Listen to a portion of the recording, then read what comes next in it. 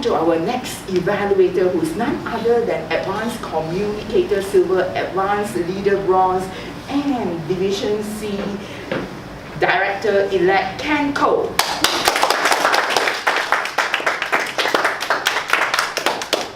Thank you, General Evaluator, Distinguished Toastmaster Lei Chu. Now, three of us, Distinguished Toastmasters, understanding your leadership style, I'll be there. Now, when he said I'll be there, from the opening to the ending, or you had a picture what he's supposed to share with you, what he's supposed to advocate to all of us. It's the meaning of how we influence our followers to be a part of the team.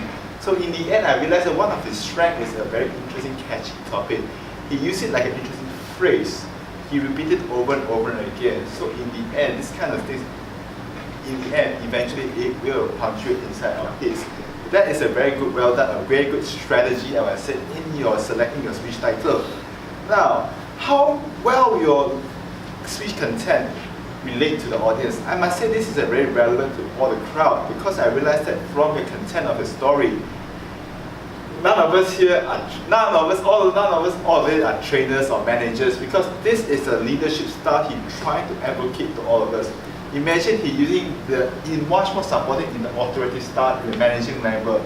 Most of us have very blurred, very confused. So he's speaking towards a crowd or a public, I must say.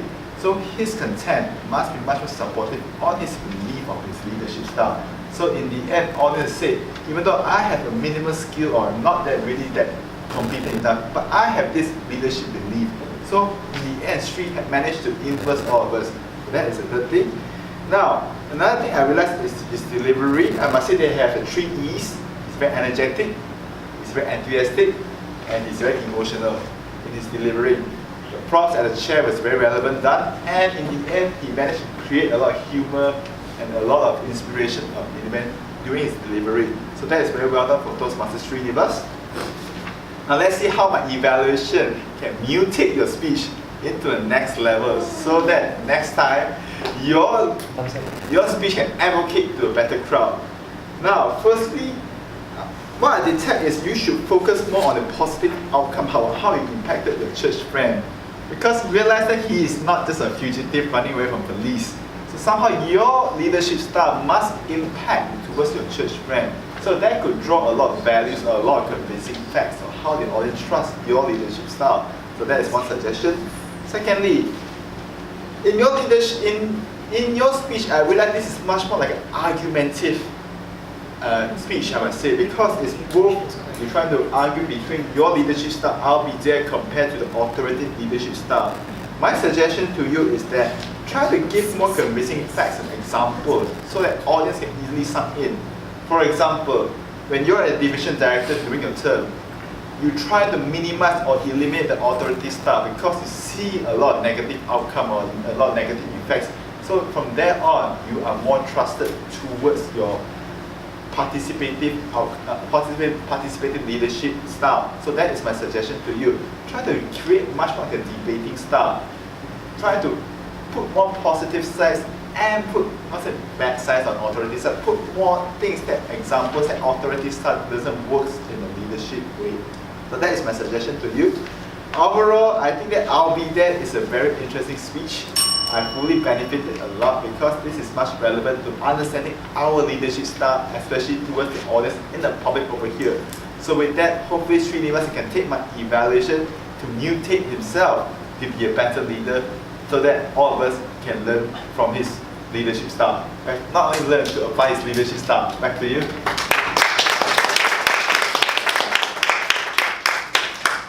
Wow, I learned the 3 E's from you.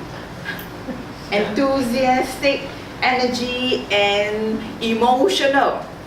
That's the beauty about coming to Toastmasters. You get to pick things, and his evaluation was so precise and very meaningful. And I would like to add one little thing for you. Yes. Movement, a bit distracting. We try to have purposeful movement when we do a speech, which means we are not completely frozen, but we don't move unless we have to make a point. then it is more impactful. But I learned one valuable lesson from you, something that was not written in the book. That is, I'll be there. I like that a lot.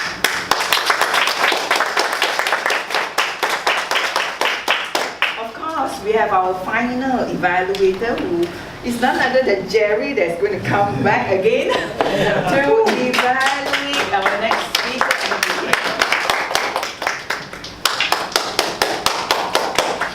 He's not going to evaluate until I hear the clapping. Wow, now I feel more confident. Huh? Yes. Eddie Tan, from zero to hero. Now I'm really touched by Eddie's speech, and I'm inspired by his wonderful speech. Now the reason why I'm saying that is because I knew Eddie Tan for quite some time. And I've been inspired by the way his journey in Toastmasters, so do like my journey in Toastmasters, because we can feel the same way when we join Toastmasters, how we benefited in Toastmasters, how Toastmasters has helped us. So therefore, I like the way, the confidence that he had. In the past, he wasn't like that. You know, he was like standing in a place, and you know, you can feel that someone, when he's confident, he walk around and he look around, and that's called confident. And I really felt the confidence from Eddie. He utilized his body language and his voice. Did you hear that his voice is so confident? Yes. So you can feel the confidence from that. And another thing that I like is that you can see the sincerity. You see, when you give a speech from your heart, you can feel it. And the reason why I'm saying that is because I've seen his first speech. From now, I've seen his, I don't know how many speech, but definitely not his last speech, I hope. He has grown so much, and I really felt that sincerity really touched a lot of people in Toastmasters, if you know what I mean. And from that, I would think, if I have a chance to improve your speech, to mutate your speech, I would like to see, because this speech is more about gratification, to gratitude.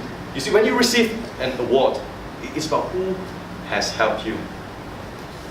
You see, these people that has helped you, you need to thank them. So this is why, especially in our culture, we would like to thank, like, you see, when you get an award, I would like to thank my mom, my wife, my father, my grandfather, my grandmother. You see, this is the gratitude that you're trying to say. So perhaps if you can start with your speech with thank you to those people who has helped you to get this distinguished award that will be making your speech more powerful and more meaningful to yourself. So the second point is that perhaps the usage of pauses. Now see, if you can see some point that when he was saying that I was in tears, so make a pause. You see, when you are in tears, try to make a pause to give the suspense to the audience. What is going to come next? And he said, what am I doing? You see, I mean, that's the suspense, and you're going to bring another level of a speech to the audience that you struggle in Toastmasters. So perhaps try to use a pause in a proper time that will make your speech really, really powerful. And perhaps too many quotes, like too many cooks, will spoil the cooks. Yeah, because you're saying that united we stand, divided we fall, and then ask what you can do for your country, ask what you can. You see, too much things people just can't take in. Give a quote, expand from that quote, make your message powerful. And perhaps I would like to end at your speech that 46 years old is not old. Our current Prime Minister. He's only 93 years old, and that's just the beginning of our country. So therefore, if you think that you are old, please don't think so. And I've seen a vast improvement from Eddie. With that, I would like to pass back the stage to you.